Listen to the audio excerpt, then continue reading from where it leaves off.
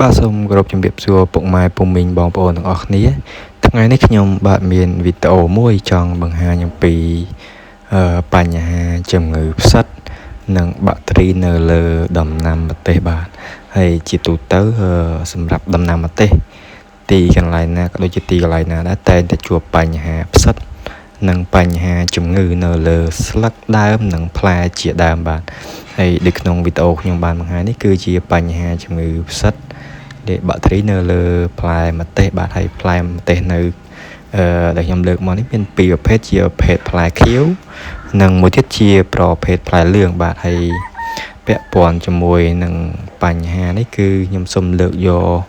ប្រភេទជំងឺ3បាទលើកមកបង្ហាញបាទហើយប្រភេទជំងឺទី1នោះគឺជាប្រភេទជំងឺស្រពោនស្លឹកបាទហើយ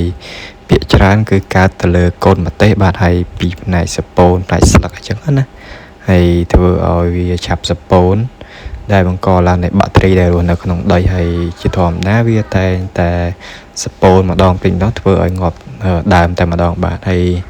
ជំងឺទី2នោះគឺជាប្រភេទបាក់តេរីអុចឬក៏ជំងឺច្រេះស្លឹកហ្នឹងបាទវាភាគច្រើនកើតទៅលើផ្ទៃស្លឹកតងស្លឹកហើយនឹងផ្លែមានតិចតួចបាទហើយជំងឺនេះគឺបណ្ដាលមកពីការប្រើប្រាស់ពូជដែលមានមេរោគឆ្លងឬក៏ពូជហ្នឹងគឺធ្លាប់មានកើតជំងឺបាទ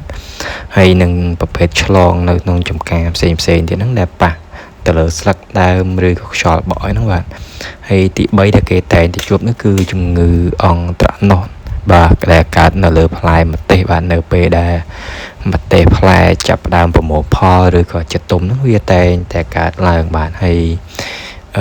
រាល់ជំងឺបាក់តេរីនិងជំងឺផ្សិតនេះខ្ញុំបាទសូមណែនាំប្រភេទថ្នាំមួយចំនួនបាទហើយក្នុងនោះគឺខ្ញុំផ្ដោតទៅលើប្រភេទថ្នាំបាក់តេរីនិងថ្នាំផ្សិតខ្ញុំសូមចែកជាពីរបាទហើយក្នុងនោះក៏មានប្រភេទសត្វល្អិតបំផ្លាញដែរតិចទៀតនៅក្នុងវីដេអូនឹងឃើញមានប្រភេទចៃបាទហើយប្រភេទថ្នាំសម្រាប់កម្ចាត់សត្វល្អិតបាទលើចៃសមានដូចជាសារធាតុអាសេតាមីព្រីតអ៊ីមីដាក្លោបុយប្រូវីស៊ីនវាអាចជាទម្រង់ប្រភេទម្សៅឬក៏ជាបាទនេះគឺជាសារធាតុថ្នាំបាការពារជំងឺផ្សិតបាទដូចមានកង់ម៉ង់កូសេបមេតាឡាស៊ីលកាបេនដាស៊ីមហិសាកូណាសូលប្រូពីណេបឌីហ្វីណូកូណាសូលបូកជាមួយប្រូពីកូណាសូលសូស៊ីស្ត្រូប៊ីនបូកជាមួយនឹងឌីហ្វីណូកូណាសូលសុទ្ធតែជាប្រភេទថ្នាំផ្សិតបាទអាចប្រើគ្រប់ដំណាក់កាលបានបាទហើយនេះគឺជាប្រភេទថ្នាំការពារនិងព្យាបាលបាក់តេរីដូចជាមានកាស៊ូហ្គាម៉ាស៊ីននីហ្គាម៉ាស៊ីនកូភើអូស៊ីសលីតនិងស្តេបតូម៉ាស៊ីនដូច្នេះសូមបងប្អូនប្រជាកសិករមុននឹងធ្វើការប្រើប្រាស់នៅដំណាក់កាលណាមួយសូមពិភាក្សាជាមួយនឹងអាជីវករឬក៏ភ្នាក់ងារ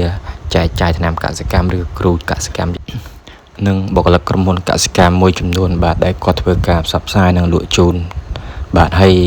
សូមកុំភ្លេចអានការណែនាំមុននឹងធ្វើការប្រើប្រាស់បាទសូមអរគុណសូមជួយចុច like និង subscribe អ្នកមួយផងដើម្បីទទួលបានវីដេអូថ្មីៗបាទសូមអរគុណ